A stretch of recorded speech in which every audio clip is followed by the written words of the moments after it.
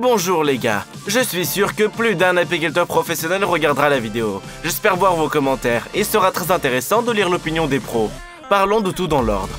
La première chose que j'ai dû faire a été d'acheter 2 colonies d'abeilles avec des ruches. J'ai placé des abeilles dans le jardin de mes parents et maintenant le rêve de ma mère est devenu réalité. Désormais, que je le veuille ou non, je devrais venir ici souvent. J'ai acheté ces plantes mellifères début avril, alors que rien ne fleurissait encore, donc la personne qui me les a vendues a ajouté du miel pour une alimentation complémentaire. Bien qu'au printemps, ils sont préférables de donner du sirop, c'est du miel dilué avec de l'eau.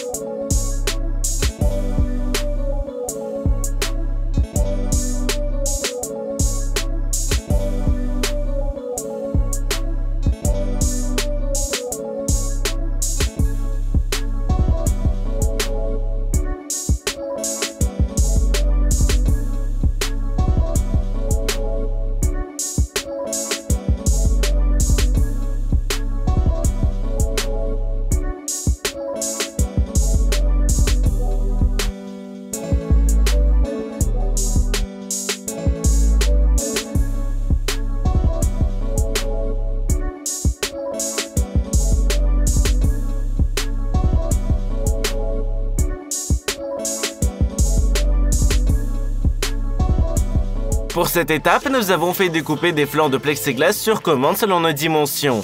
Ce matériau est beaucoup plus léger, il est facile à couper, vous pouvez facilement y percer des trous et le visser au cadre de la ruche avec des vis. Et surtout, le plexiglas est 100 fois plus résistant que le verre ordinaire. La charpente est composée de 40 bois plus de la planche extérieure et nous avons une épaisseur de 50 mm. Pour une ruche ordinaire, c'est 35. Nous ajouterons donc également des portes qui se fermeront lorsque nous ne serons pas là. Les portes sont un problème à part. Il s'agit d'un autre cadre composé de planches. Nous le tapissons à l'extérieur avec des dalles Osby.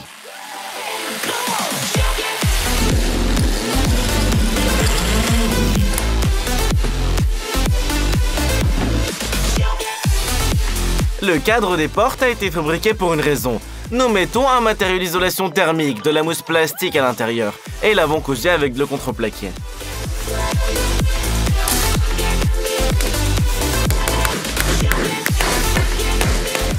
Puisque la ruche a 2 parois transparentes, il y aura également 2 portes. Les abeilles bien sûr sont nos insectes uniques et s'il y a des courants d'air excessifs dans la ruche, elles couvriront simplement toutes les fissures inutiles avec de la propolis. Cependant, tout cela nécessite du temps et des matériaux de construction. Nous éliminerons donc tous les courants d'air inutiles à l'aide d'élastiques d'étanchéité.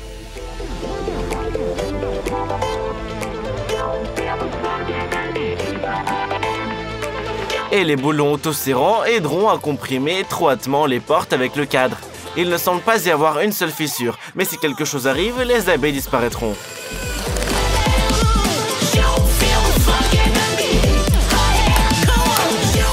J'espère qu'un tel thermos isolera au maximum les abeilles de l'environnement extérieur et qu'elles auront besoin de coûts minimes pour maintenir le microclimat interne. Pourtant, la forme de la ruche est loin d'être standard. Les portes ont été accrochées et vient ensuite le toit. Il sera à pignon recouvert d'une feuille d'aluminium et peint en gris. À propos, j'ai oublié de montrer que sous le toit, il y aura une niche qui, dans une ruche ordinaire, s'appelle le dessous de toit, ainsi que des joints de caoutchouc et des boulons recuits. Les apiculteurs appellent l'entrée et la sortie des abeilles dans la ruche litho. Il ne reste plus qu'à faire le trou nécessaire et à accrocher les pièces moulées.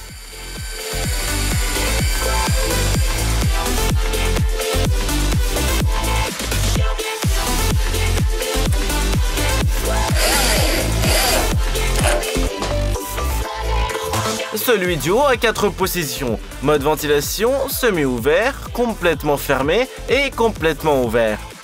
De plus, il existe un débouché inférieur par lequel s'effectuera le principal trafic d'abeilles. Il est également équipé d'une piste d'atterrissage. Eh ben les gars, la ruche a été rassemblée, nous les avons déjà transportés jusqu'à la maison, nous allons l'installer et pour ce faire, il reste à ajouter 4 queues en bois de 100 sur les côtés.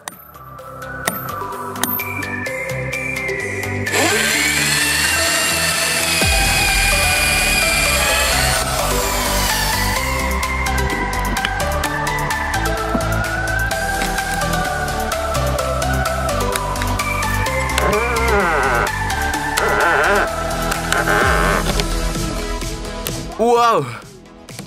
Et au cube, nous attachons 2 colonnes ou 2 piliers, bref, des pieds pour la ruche. Et nous enfonçons toute cette structure dans le sol.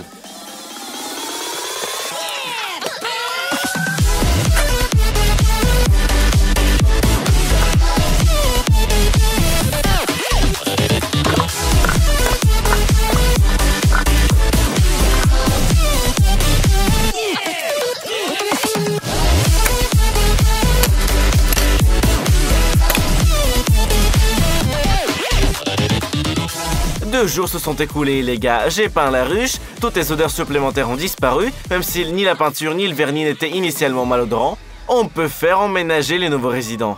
Nous le ferons certainement le soir au coucher du soleil, lorsque toutes les abeilles, comme des enfants modèles, rentreront chez elles.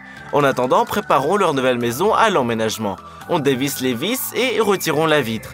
Fermons le moulage et déplaçons la ruche vers leur nouvelle maison. N'oublions pas le fumeur. Le fait est que tout changement est stressant pour les abeilles. Elles nous percevront comme une menace directe et commenceront à piquer.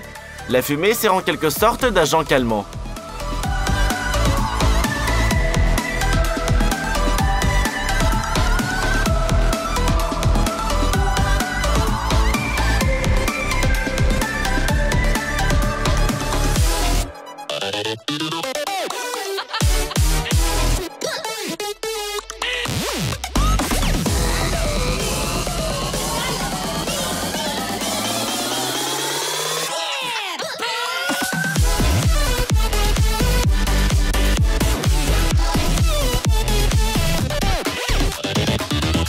L'étape du déménagement est terminée. Les abeilles de la nouvelle maison peuvent être fermées.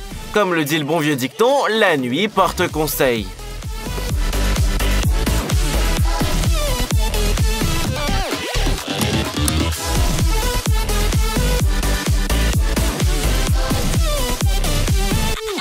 Demain, nous y retournerons, mais pour l'instant, nous photographions les coups. Nous avons été immédiatement piqués, les gars, et la piqûre est restée en moi pendant une vingtaine de minutes jusqu'à ce que le déménagement soit terminé. Si la réaction de mon corps est bonne, alors le lendemain, la main de Genia était comme celle de Winnie l'ourson. Maintenant, ce sera comme dans la blague. Les abeilles dans la ruche n'ont pas mordu la grosse fille parce qu'elles pensaient qu'elle l'avait déjà mordu. Maintenant, ils survoleront également Genia. Il fait beau et les abeilles ont commencé à voler dans la région. La sécurité était postée à l'entrée et regardez combien d'abeilles sont impliquées dans le service de sécurité. Ils sont libérés de tout travail et s'engagent à protéger la ruche, des gens comme nous, et sont même prêts à sacrifier leur vie. Après tout, une fois qu'une abeille a piqué, elle meurt. Les gardiens protègent également la ruche des ennemis et des parasites. Aussi étrange que ça puisse paraître, les abeilles s'entraînent à voler le miel. Une colonie forte peut piller une colonie faible. Eh ben les gars, le moment de vérité. Nous arrachons le film de plexiglas et regardons le résultat de notre long travail.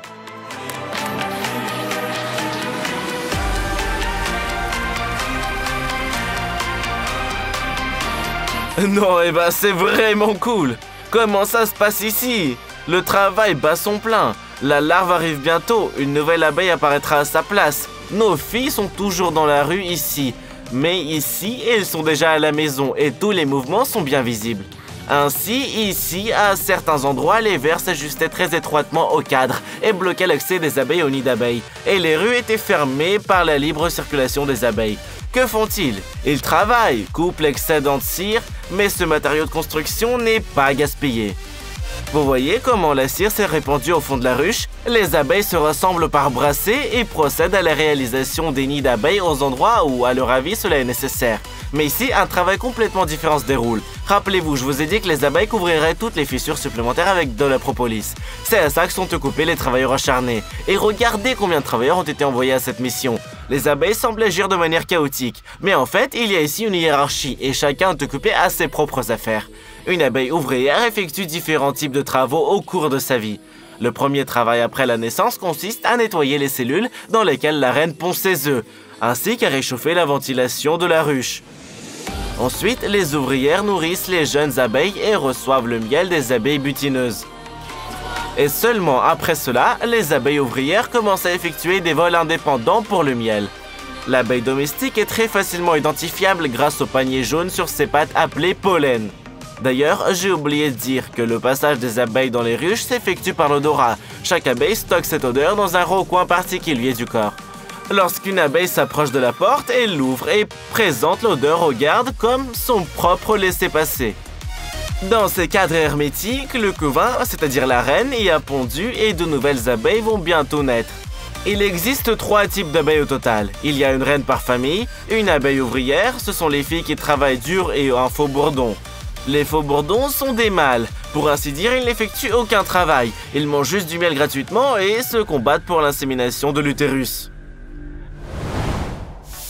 Rappelez-vous les gars, au début de la vidéo, j'ai parlé du sirop pour les abeilles. Donc pour la ruche transparente, nous avons réalisé un cadre d'alimentation transparent. Pour ce faire, 2 autocollants en plexiglas pour aquarium ont été collés sur le cadre standard et le verre a également été fixé avec des clous.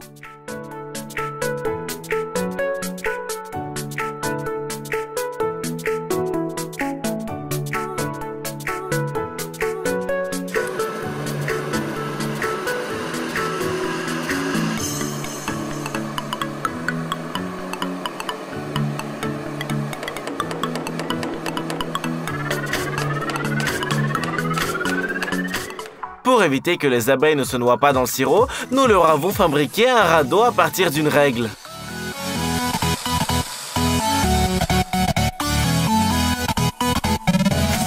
Nous envoyons le cadre à la ruche et le remplissons de sirop. Laissons-les manger.